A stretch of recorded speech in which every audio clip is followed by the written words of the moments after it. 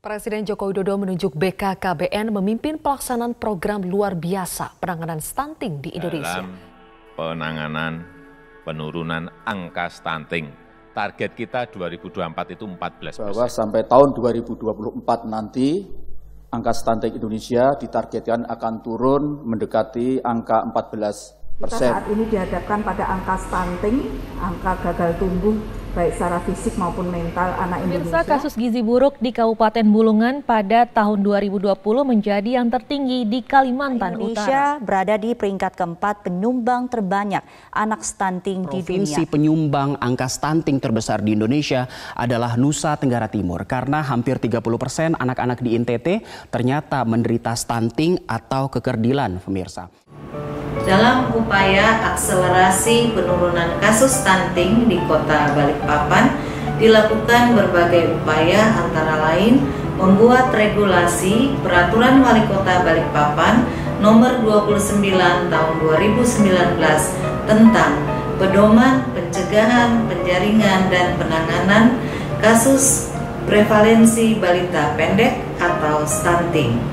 Selain itu, kami mengembangkan inovasi dalam rangka menjalankan intervensi spesifik, antara lain mengembangkan Pusga Stunting atau Pusat Kegiatan Cegah, Jaring, dan Tangani Stunting yang dilakukan oleh puskesmas-puskesmas di Kota Balikpapan.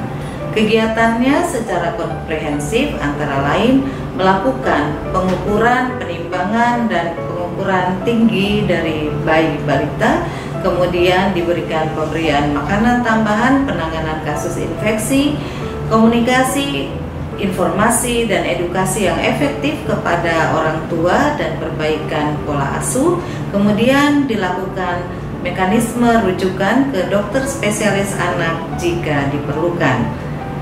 Demikian yang dapat kami sampaikan dalam inovasi stunting di Kota Balikpapan.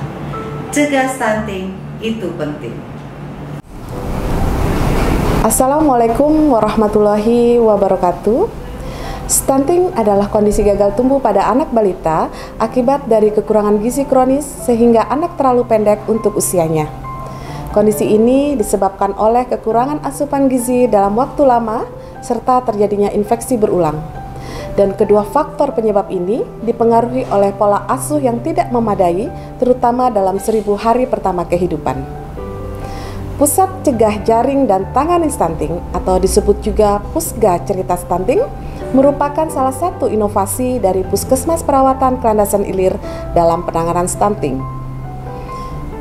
Di Pusga Cerita Stunting, kami melakukan pelayanan pemulihan gizi secara menyeluruh bagi anak dengan gizi kurang maupun gizi buruk dan permasalahan kesehatan gizi yang berhubungan secara individual, keluarga maupun masyarakat untuk meningkatkan derajat kesehatan gizi masyarakat.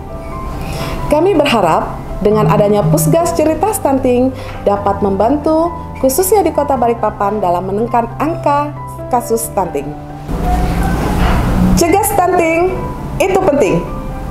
Wassalamualaikum warahmatullahi wabarakatuh. Penanganan gizi buruk pada bayi dengan Pusga Cerita Stunting.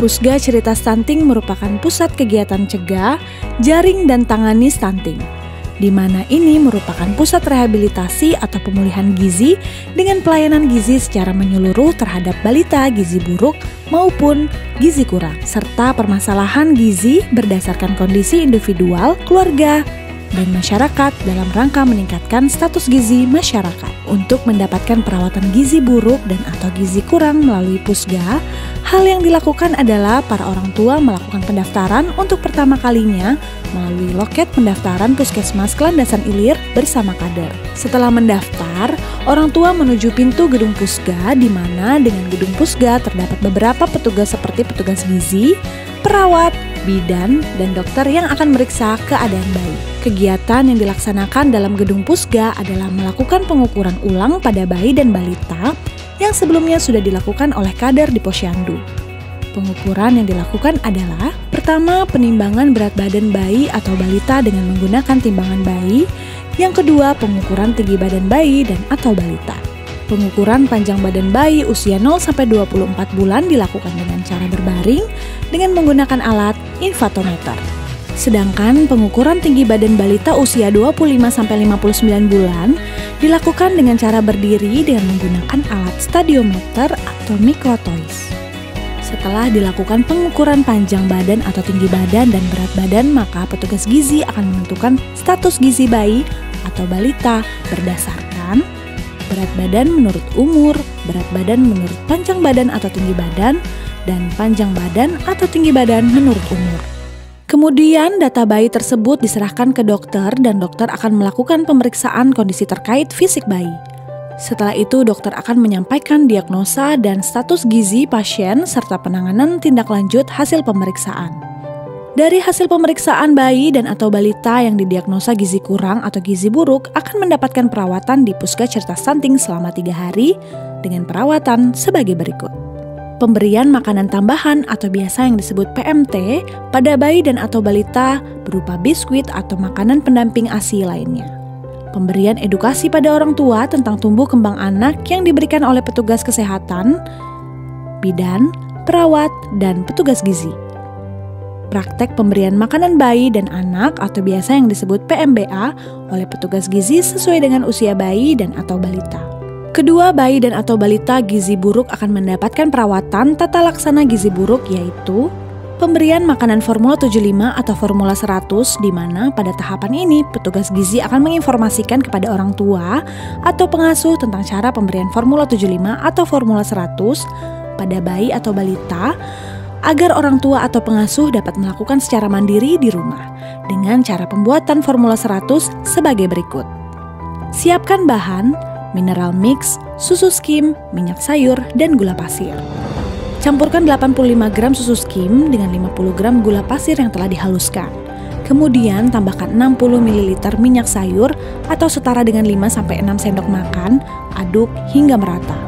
Tuangkan 20-30 ml air masak atau mineral ke dalam gelas takar atau setara dengan 2-3 sendok makan, kemudian masukkan 8 gram atau setara dengan 1 saset larutan mineral mix hingga merata. Selanjutnya, tuangkan larutan ke dalam campuran, susu skim, gula, dan minyak sayur, lalu aduk sampai merata dan menggumpal. Dan jadilah formula 100. Campuran formula 100 kita akan bagi menjadi 8 bagian untuk diberikan setiap 4 jam sekali sesuai dengan kebutuhan gizi si anak. Pemberian edukasi pada orang tua tentang tumbuh kembang anak yang diberikan oleh petugas kesehatan di antara lain bidan, perawat, dan petugas gizi. Pemberian edukasi dilakukan di ruang bermain. Selain memberikan stimulasi pada anak, anak juga merasa senang dengan stimulasi bermain yang menyenangkan. Praktek pemberian makanan bayi dan anak atau biasa yang disebut PMBA oleh petugas gizi sesuai dengan usia dan atau balita. Pemberian formula 75 atau formula 100 pada bayi dan atau balita diberikan sesuai dengan berat badan anak, di mana pada umumnya diberikan setiap 4 jam sekali. Kegiatan lain di Pusga Cerita Stunting adalah bayi dan atau balita yang dirawat juga diberikan kesempatan untuk istirahat di tempat tidur.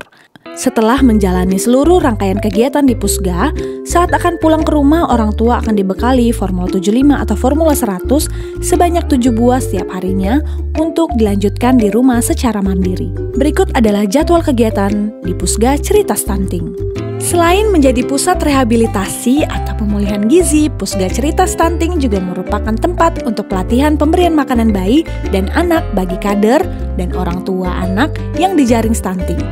Tempat diskusi atau tempat untuk kader gizi melaporkan hasil penjaringan pemantauan status gizi yang dilakukan di posyandu-posyandu wilayah kerja Puskesmas Perawatan Landasan Ilir.